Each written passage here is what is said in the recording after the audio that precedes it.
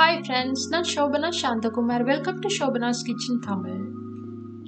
இன்றைக்கு நான் restaurant style mixed fried ரைஸை எப்படி நாங்கள் வீட்டிலேயே செய்யலாம்னு சொல்லி தான் உங்களோட ஷேர் பண்ண போகிறேன்.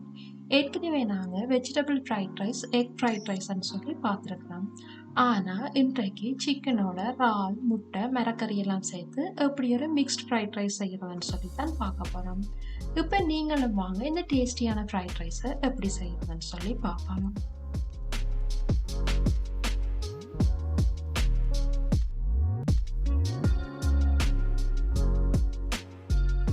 இந்த ஃப்ரைட் ரைஸ் செய்கிறதுக்காக நான் 300 கிராம் போன்லெஸ் சிக்கன் எடுத்துருக்கிறேன். இந்த சிக்கனை இவ்வாறு சின்ன சின்ன பீசஸாக வெட்டிக்கொள்ளுங்க.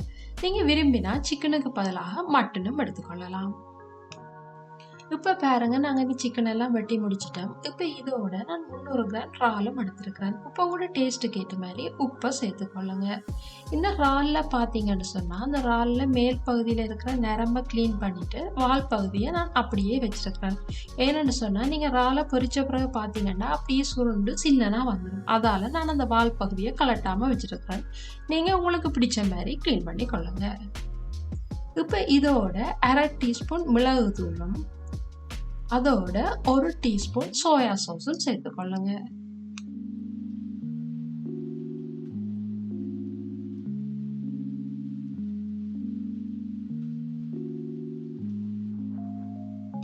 இப்போ இந்த இறாலையும் சிக்கனையும் நல்லா மிக்ஸ் பண்ணிட்டு அப்படியே ஒரு 15 நிமிஷம் மூடி வையுங்க.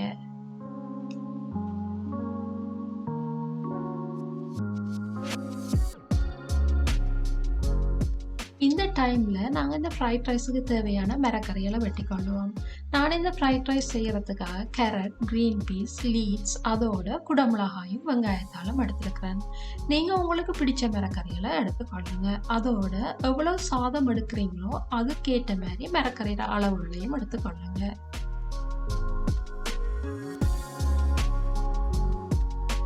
இப்போ பாருங்க, நாங்கள் இந்த மரக்கறியெல்லாம் வெட்டி முடிச்சிட்டோம். இப்போ இந்த மரக்கறியோட இந்த ஃப்ரைட் ரைஸ் செய்கிறதுக்காக நான் 3 முட்டை எடுத்துருக்கிறேன். நீங்கள் உங்களோட டேஸ்ட்டுக்கு ஏற்ற மாதிரி கூடுதலாகவோ அல்லது குறைவாகவோ எடுத்துக்கொள்ளலாம்.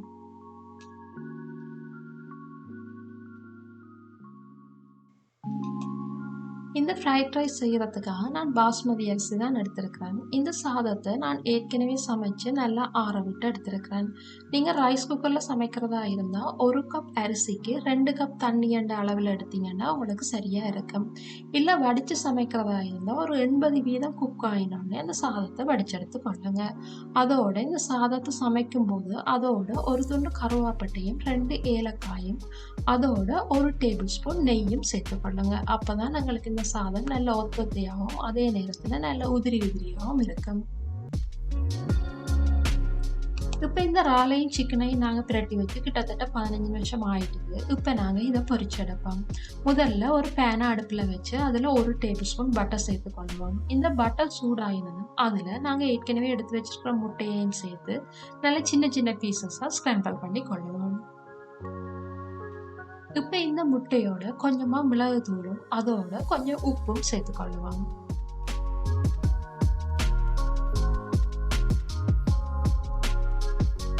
இப்போ பாருங்க, இந்த முட்டையில நல்ல சின்ன சின்ன பீசஸாக வந்திருக்குது. இப்போ நாங்கள் இந்த முட்டையை இறக்கி கொள்ளுவோம். இப்போ இதே பேனில் இன்னும் 1 டேபிள் ஸ்பூன் பட்டர் சேர்த்து அதில் நாங்கள் ஏற்கனவே பிரட்டி வச்சிருக்கிற இறாலையும் சேர்த்து கொள்ளுவோம்.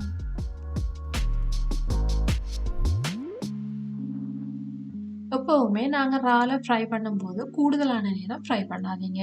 அந்த இறாலோட கலர் மாறி வரும்போது நாங்கள் அதை இறக்கி எடுத்தோம்னு சொன்னால் சரியாக இருக்கும். கூடுதலான நேரம் ஃப்ரை பண்ணினாலும் எங்களுக்கு அந்த இறாலோட டேஸ்ட் இல்லாமல் போயிடும். இப்போ பாருங்க, இந்த இறால் நல்லா சிவந்து வந்திருக்குது. இப்போ நாங்கள் இதை இறக்கி எடுப்போம். இப்போ இதே பேனில் இன்னும் 1 டேபிள் ஸ்பூன் பட்டர் சேர்த்து அதில் நாங்கள் ஏற்கனவே பிரட்டி வச்சிருக்கிற சிக்கனையும் சேர்த்து பொரிச்செடுப்போம்.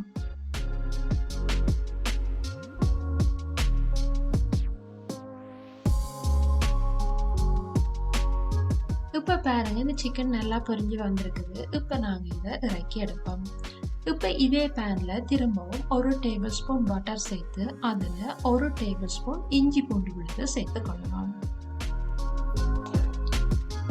இப்ப இந்த இஞ்சி பூண்டோட பச்சை மணம் போனதும் முதல்ல நாங்க வெங்காயத்தாள்ல இருந்து வெட்டின வெங்காயத்தை சேர்த்துக் கொள்ளுவோம்.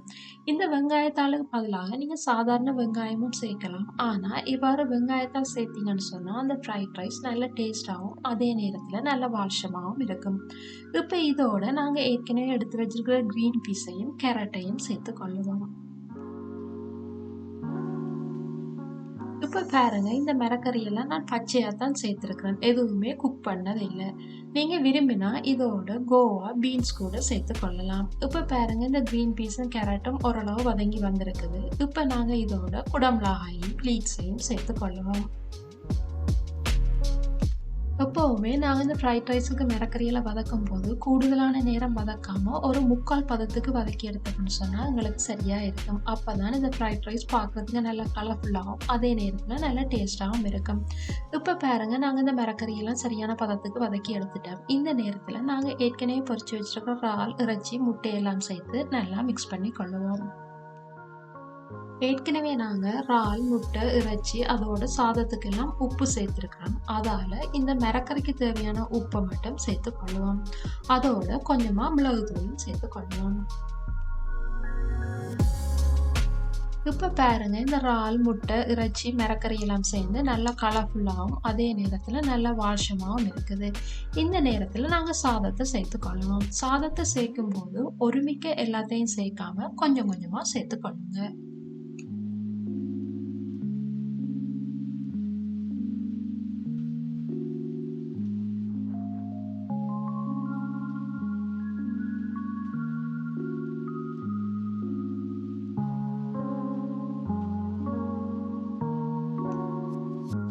எப்பவுமே நீங்க இறைச்சி முட்டையோட சாதத்தை மிக்ஸ் பண்ணும்போது இவ்வாறு நைஸா சேர்த்துக் கொள்ளுங்க. அப்பதான் அந்த சாதம் உடைஞ்சு போகாம அப்படியே முழுசு முழுசா இருக்கும். இப்ப இதோட நாங்க கொஞ்சமா வெங்காயத்தாளையும் சேர்த்து திரும்பவும் ஒரு தடவை மிக்ஸ் பண்ணி கொள்ளுவோம். இப்ப பாருங்க, எங்கட மிக்ஸ் ஃப்ரைட் ரைஸ் ரெடி ஆயிட்டது. பார்க்கறதுக்கு நல்லா கலர்ஃபுல்லாகவும் அதே நேரத்துல நல்ல டேஸ்டாகவும் வந்திருக்குது. இந்த ஃப்ரைட் ரைஸுக்கு சைட் டிஷ்ஷு எதுவுமே தேவையில்லை. இதை நீங்க லஞ்சுக்கோ அல்லது டின்னருக்கோ ப்ரிப்பேர் பண்ணி கொள்ளலாம். நெக்ஸ்ட் டைம் நீங்க ஃப்ரைட் ரைஸ் செய்யும் போது இப்படி ஒரு தினம் ட்ரை பண்ணி பாருங்க. நிச்சயமா உங்களுக்கும் இந்த ஃப்ரைட் ரைஸ் பிடிச்சிருக்கும்னு நம்புறேன். நீங்களும் உங்களோட வீட்டுல ஒரு தடவை இதே அளவுல இதே முறையில ட்ரை பண்ணி பாருங்க. ட்ரை பண்ணி பார்த்துட்டு எப்படி இருந்துச்சுன்னு சொல்லி உங்களோட கருத்துக்களை மறக்காம என்னோட பகிர்ந்து கொள்ளுங்க. இன்னும் ஒரு வீடியோவில் இன்னும் ஒரு இன்ட்ரெஸ்டான ரெசிபியோட மீண்டும் சந்திப்போம்.